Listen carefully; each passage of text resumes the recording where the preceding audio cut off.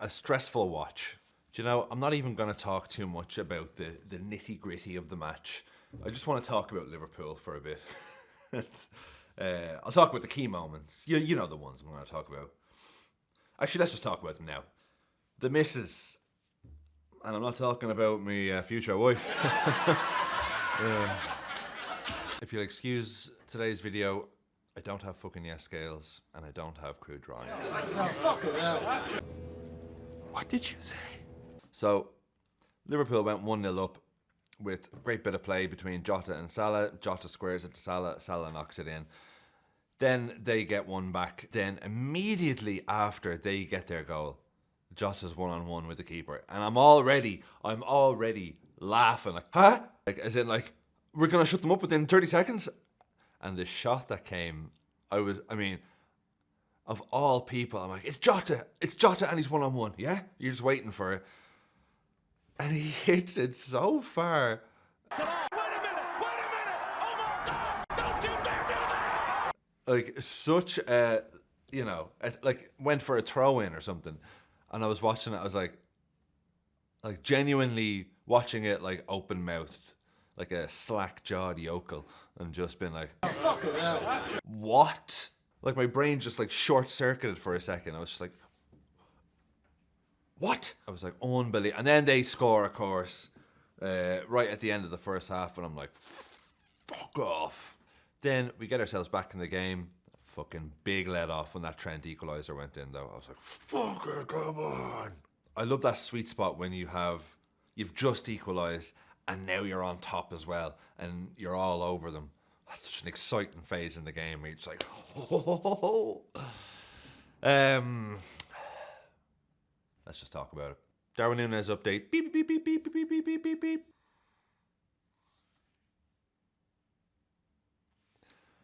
Pain. Pure pain.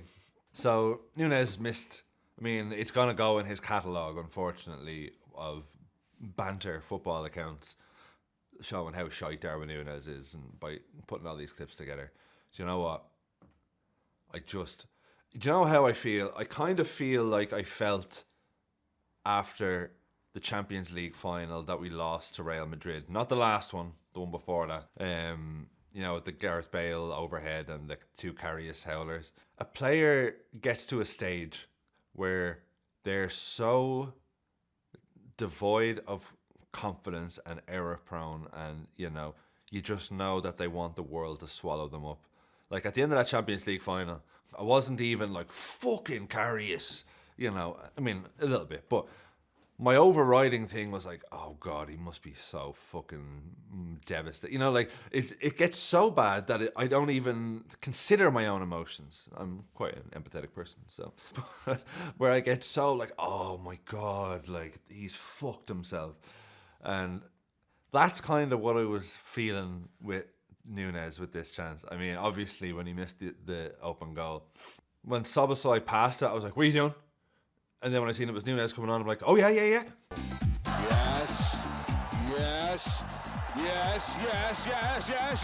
Shit! The thing is, with Jota and Nunez, if you are Liverpool's essentially number 9, you just have to finish it. Nunez looked like he was going to cry at various points in that match, and I'm watching it and I'm like, light went. He had that look on his face the whole game where, like, you can just see it in his eyes. Just, if you ever see a child that's just been told off for something and they have that sort of look on their face of like, just like, I don't know if I've seen a player for Liverpool be so shot of confidence. And like, he did everything wrong. The thing about it as well is that, like, you remember Nunez from even last year or the years before, where like, you're like, oh, he misses so many chances, but he gets like 4 or 5 chances every game, and he inevitably scores one of them. The thing that I liked about him was that he's, he still fucking shows up, and he'll have a howler and then say, all right, I'll get you the next time, sort of thing. Whereas now you just look at him and you just think he wants the world to swallow him up. There was a misplaced pass for Sobo at like 80 minutes where he just kind of played it to no one. And at that stage, I was just like, oh. And with the chance, it was like, do you know what? He just always fucking fills the power bar. If you were playing FIFA or FC 20, whatever, he always just fills the power bar. Like just half fill it. Keep it on the deck. And we've had other games where we've dropped points, and you kind of can look at it in a certain way that, you know, okay, that's possibly fair and all this. Whereas this, because we had two such definitive golden chances, these two clear-cut chances like that, you're like, well, there's the game winner right there.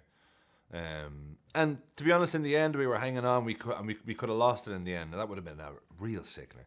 And you know what? Just to talk about Liverpool in general, because I don't want to dwell too much on the match, because it's a bit painful. And I don't often say this on the channel, but like, I'm a little concerned. I'm just concerned. I'm concerned that we look tired, even though we're still putting points on the board. Like I was saying last week, I'd rather points on the board than games in hand.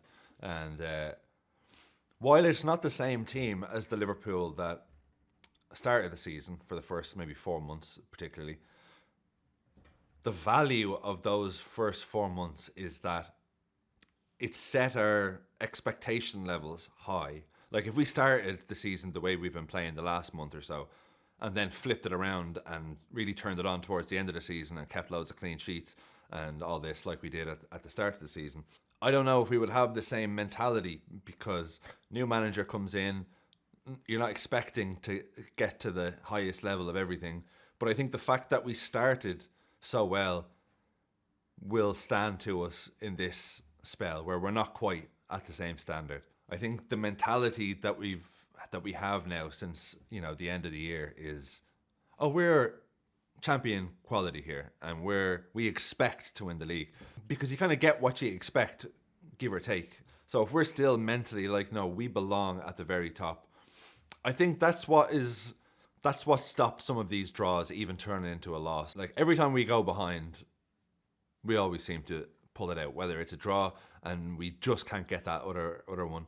But you can't say that the team isn't putting chances out there to win the games. I tell you, we're fucking missing Big Gak. I tell you that. Where is the Gakster? Because Salah cannot do this by himself. As good as he is, and the numbers he's putting up is absolutely insane. But since January, he has been dragging this team through the title race. We're conceding goals, stupid little goals. Can we just concede a screamer if we have to concede? None of these little fucking, oh, is it? Yeah, it's in, yeah. Just, like, I'm concerned that they look tired, but the thing is, they're very aware of all of this as well. And they have enough winners in the team with the lads whose contracts all expire, with Salah, Verge and Trent, Robbo, Alisson. The senior players in the team instill a very high standard, and I think, thank God, we've got players like that in the team. One or two more things about the match. I thought, looking back in hindsight, taking Trent off was an absolutely horrendous decision. Big Arne, if I may say. Trent, like, he looked up for it. You know what I mean? He was fucking fired up after scoring the goal. Love seeing a fired up Trent. You only ever really see it in inside training with these little mini games that they play. Like, that's when you see Trent at his most fired up. But with a goal, he gets semi fired up. Slot took him off. I'm like, okay, like, it's good to see Bradley on, but like, Trent was really, he had the pace of the game, you know. It turned out to be horrendous, because then Conor Bradley pulls something or has an injury, has to go off, and you're just like, shit. Reasons to be cheerful? We're 8 points clear at the top of the league. You know? So it's not all bad. More points on the board.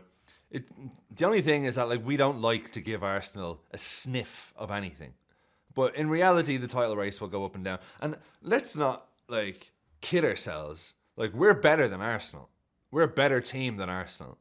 If it was City chasing us, I'd be like, oh, you just don't want to give them a sniff. Whereas Arsenal, you give them a sniff and they're like, what is that?